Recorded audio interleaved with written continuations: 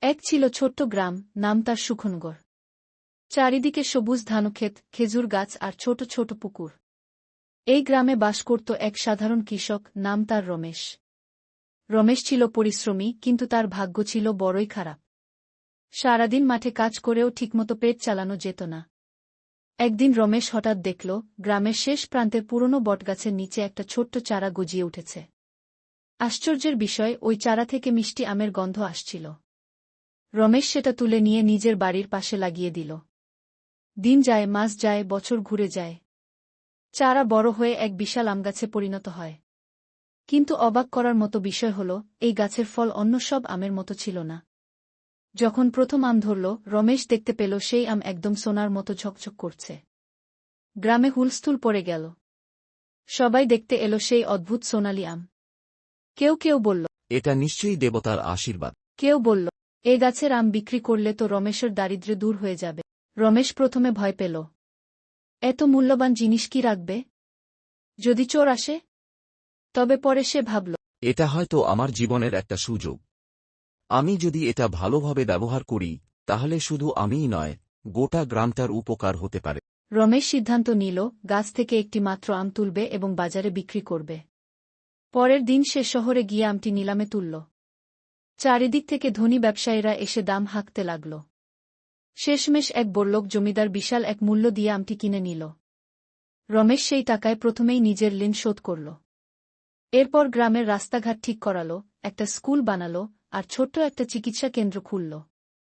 গ্রামবাসীরা খুব খুশি হল রমেশের উপর। কিন্তু গল্প এখানেই শেষ নয়। পরের বছর আবার গাছে সোনালি আম ধরল। এবার শহর থেকে আরও বড় বড় লোকেরা আসতে লাগল। তারা রমেশকে লোভ দেখাল, বলল, তুমি আমাদের পুরো গাছটা বিক্রি করে দাও। দাম যা চাও দেব।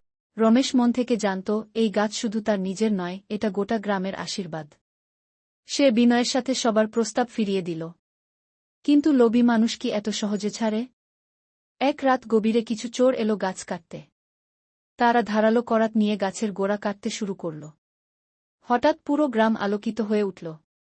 বিশাল ঝলকানো আলোয় সবাই দেখল, গাছের ভেতর থেকে যেন সোনার ধারা ঝরছে। চোররা ভয় পেয়ে দৌড়ে পালাল।